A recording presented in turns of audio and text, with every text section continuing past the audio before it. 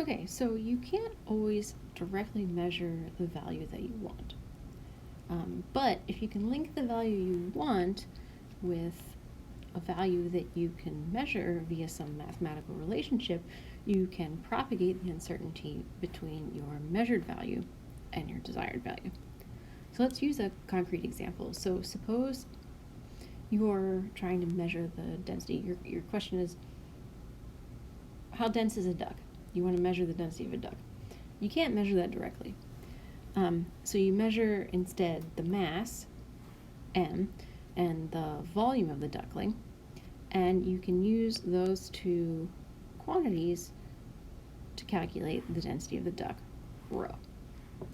So let's assume that you know the mass exactly, so that we don't have to consider the uncertainty on m, just for simplicity.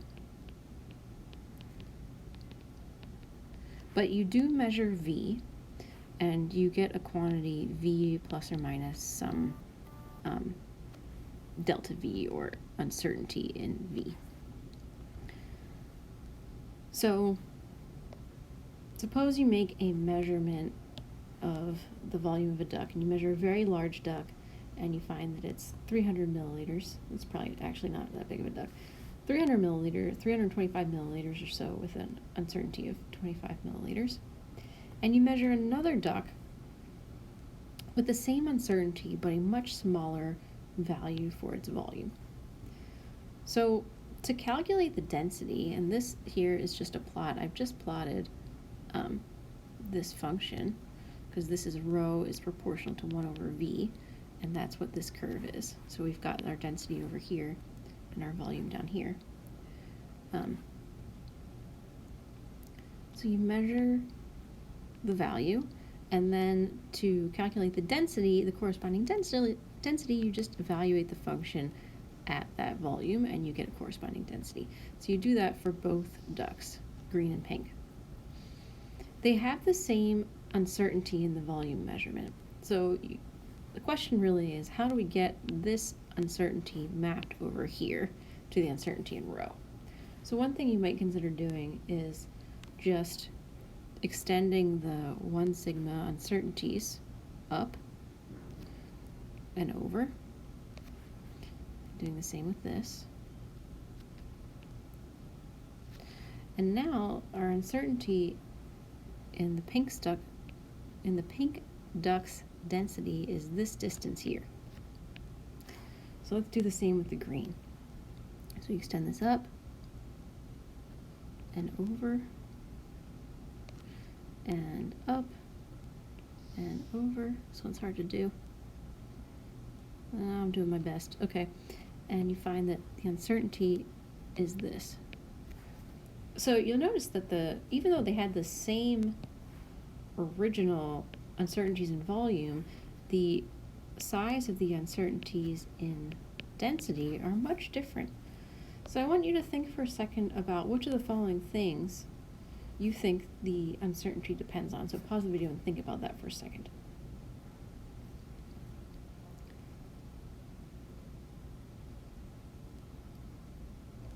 Okay, so you probably noticed that the uncertainty in the volume definitely comes into play, because if you change this distance here, so if we take these two things and we shrink them in so they're only this big, the corresponding uncertainty is also going to change. So this one definitely matters.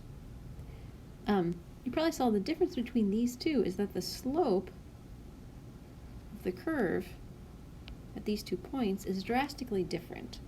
And that is what is making the pink one larger than the green in density.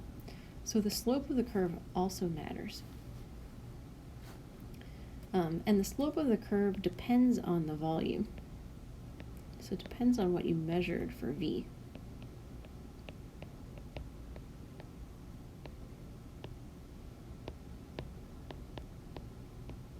Sometimes it won't matter. If you have a line, it's not going to matter. The slope's the same everywhere. So the volume of the duckling doesn't directly, it sort of comes into play because it comes into play through this. And then the integral of the curve up to the volume of the duckling measured, I can't think of any reason why that would matter. So in fact, you can express the uncertainty in the density of the duct. So this is the uncertainty we want.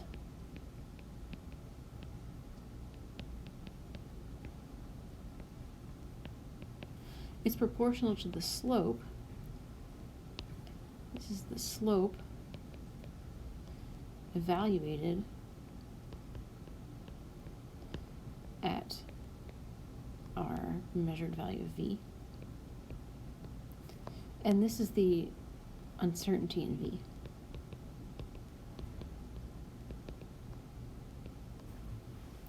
So this is what you should always think about. That's not going to make a nice square. Let's try again. That's better. This is what I always want you to think about. The new uncertainty, the uncertainty you want, is the old uncertainty times the slope in the function evaluated at the value that you measured. And you can see that the units work out. This has units of V, and this has units of V, so those two cancel, and you're left with units of rho. And this also has units of rho. So you can always figure it out based on dimensional analysis. So now you might be thinking, well, what if you wanted to include the m? What if you included the uncertainty in m? So you can still do this. It's an extension of this.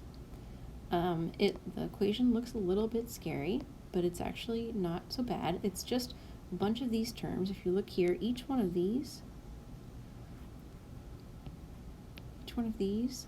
looks just like that squared. So you take a bunch of these, square them, add them up, and take the square root. So let's do a concrete example. So say you're trying to get, say you're trying to get 150 milliliters of water, but you only have a 100 milliliter beaker. So you have to measure the water in 2 chunks and add them into the same container. So we want to know what's the uncertainty in the combined volume. So your first measurement was V1, so you measured out 80 plus or minus 4 mils, and then 70 plus or minus 3. So first we have to come up with a mathematical relationship. So the thing that we want is the total volume, and that is the sum of the individual volumes. So this is our mathematical equation. Just like before, our density was mass divided by volume.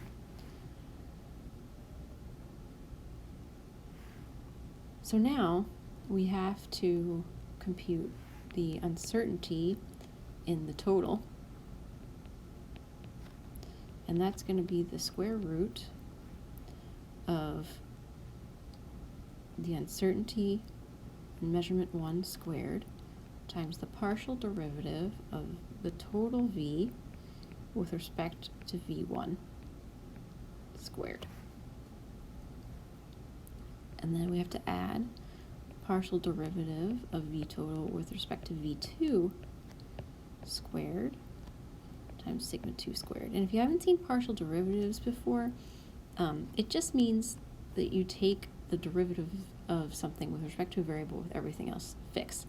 So if you have equation z equals x squared times y, the partial derivative of z with respect to x is you just treat y like a constant. So that's just 2x times y. And if you did the derivative of z with respect to y, that would just be x squared because you're treating the x as a constant. Okay, so now we have to figure out what's the derivative of v total with respect to v1.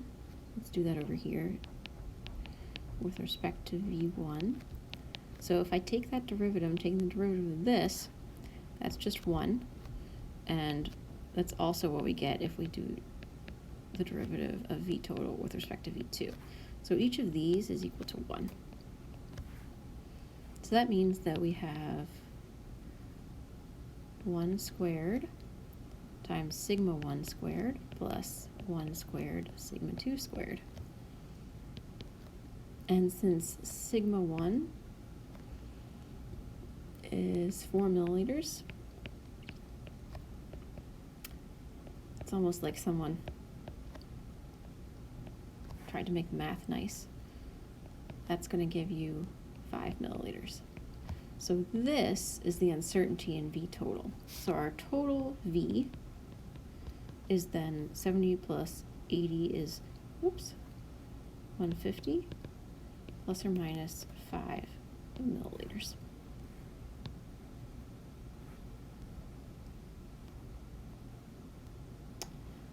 Okay, so what if you want to take the difference? How does this change? So the only thing that's going to change if you take the difference is this equation is now V1 minus V2. So the only thing that will change from the math above is that the derivative of V total with respect to V2 is -1. But when we plug that in here, it gets squared. So we end up with exactly the same thing. So we have exactly the same uncertainty here. Our uncertainty in V total is still 5 milliliters. So our total V, well, I guess I should call this something other than tote, because that doesn't make sense if you're, so this is V diff, this is sigma diff. So V diff is 80 minus 70 is 10, plus or minus 5 milliliters.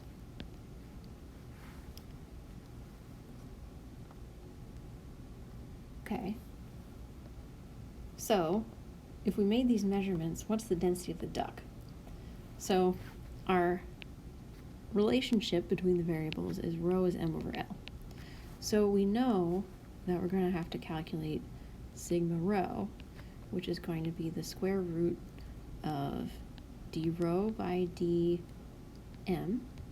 squared sigma m plus d rho by d v. Oh, I don't know why I wrote an L here. That's a V. Sorry. Squared sigma v.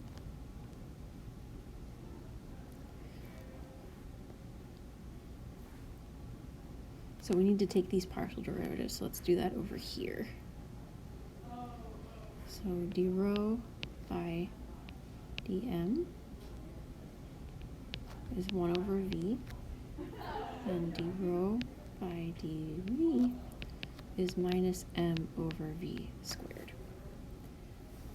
So now it's a matter of plugging these things in over here and doing some algebra. And if you do that out, you'll end up with 0.094 grams per milliliter. And I'll post the solution in detail online so you can follow the math.